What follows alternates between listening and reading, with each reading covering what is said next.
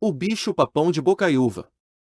Era uma noite fria e úmida quando a equipe de busca foi enviada ao coração de Bocaiúva. Maria Alice, uma menina de 8 anos, havia desaparecido naquela manhã, e a cidade pequena entrou em um frenesi. Seus pais relataram que ela brincava sozinha no quintal, junto ao campo de milho que separava a casa da floresta densa. Eles disseram que ouviram um grito abafado, curto, e, ao correrem para fora, encontraram apenas as sandálias de Maria Alice, abandonadas na terra. Com lanternas em mãos, as autoridades começaram a vasculhar cada canto da propriedade e arredores, mas parecia que a menina havia simplesmente desaparecido no ar, sem deixar vestígios. A mãe, soluçando sem parar, balbuciava algo sobre um monstro da noite enquanto moradores locais se aproximavam, intrigados. No meio da multidão, um senhor de idade avançada murmurou para os policiais sobre o bicho-papão de Bocaiúva. A princípio, ninguém deu importância.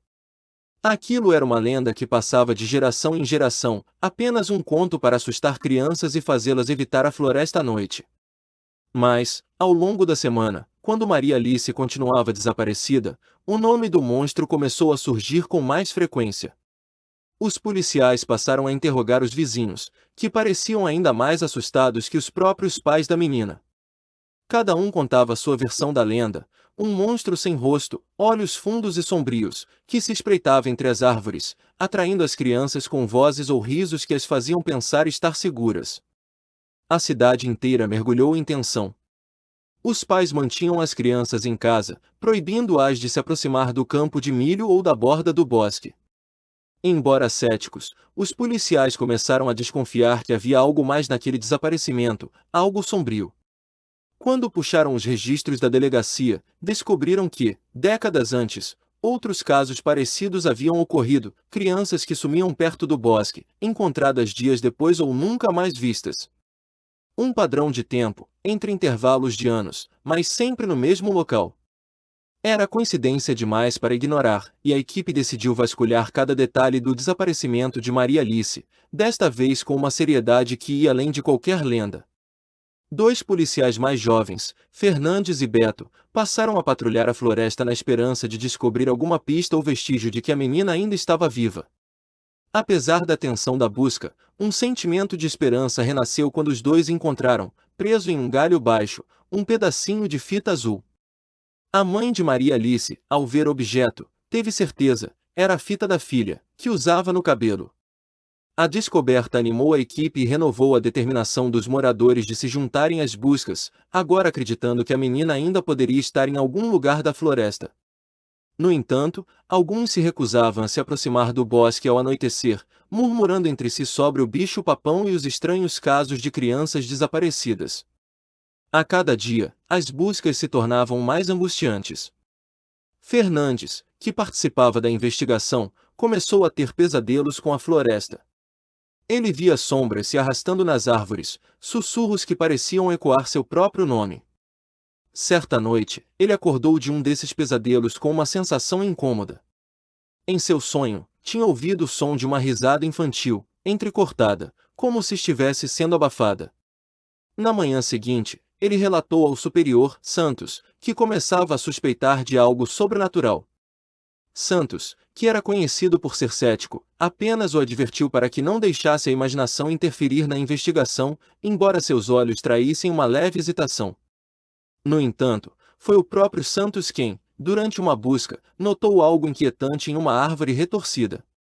Havia uma pequena cavidade na base do tronco, como uma entrada. Ele apontou a lanterna para dentro e quase deixou a luz escapar ao ver algo preso ali.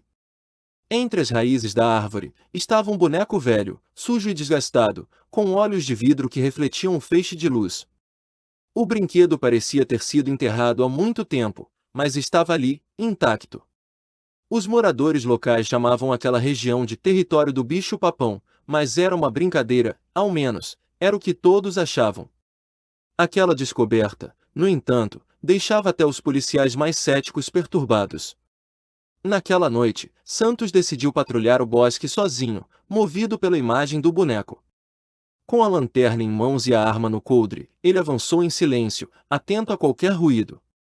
O vento balançava as árvores, e ele ouvia passos leves, rápidos, à sua volta. De repente, o som cessou, e uma risada infantil ecoou, fria e desumana. Santos parou, com a respiração presa. Ele se virou, mas não havia ninguém. Ainda assim, teve a certeza de que alguém o observava, escondido entre as árvores, aguardando o momento certo. Algo o fazia se sentir pequeno, como uma criança perdida. Quando a noite caiu, todos os oficiais retornaram à delegacia, exceto Santos. O superior, Sargento Almeida, decidiu ir até o bosque para buscá-lo. Enquanto esperava, Almeida contou uma história aos oficiais. Anos antes, outra criança desaparecera ali. A mãe da menina jurava que a filha fora levada por uma criatura, mas ninguém acreditou nela. Com o tempo, sua história foi descartada como desvario de uma mãe em luto, e o caso foi arquivado. Porém, os detalhes daquela história, semelhantes aos de Maria Alice, lançavam agora uma nova luz. Almeida encontrou Santos na borda do bosque, pálido, murmurando sobre a risada. O oficial estava convencido de que algo espreitava entre as árvores, e que aquilo era responsável pelos desaparecimentos. Naquela noite, nenhum deles dormiu.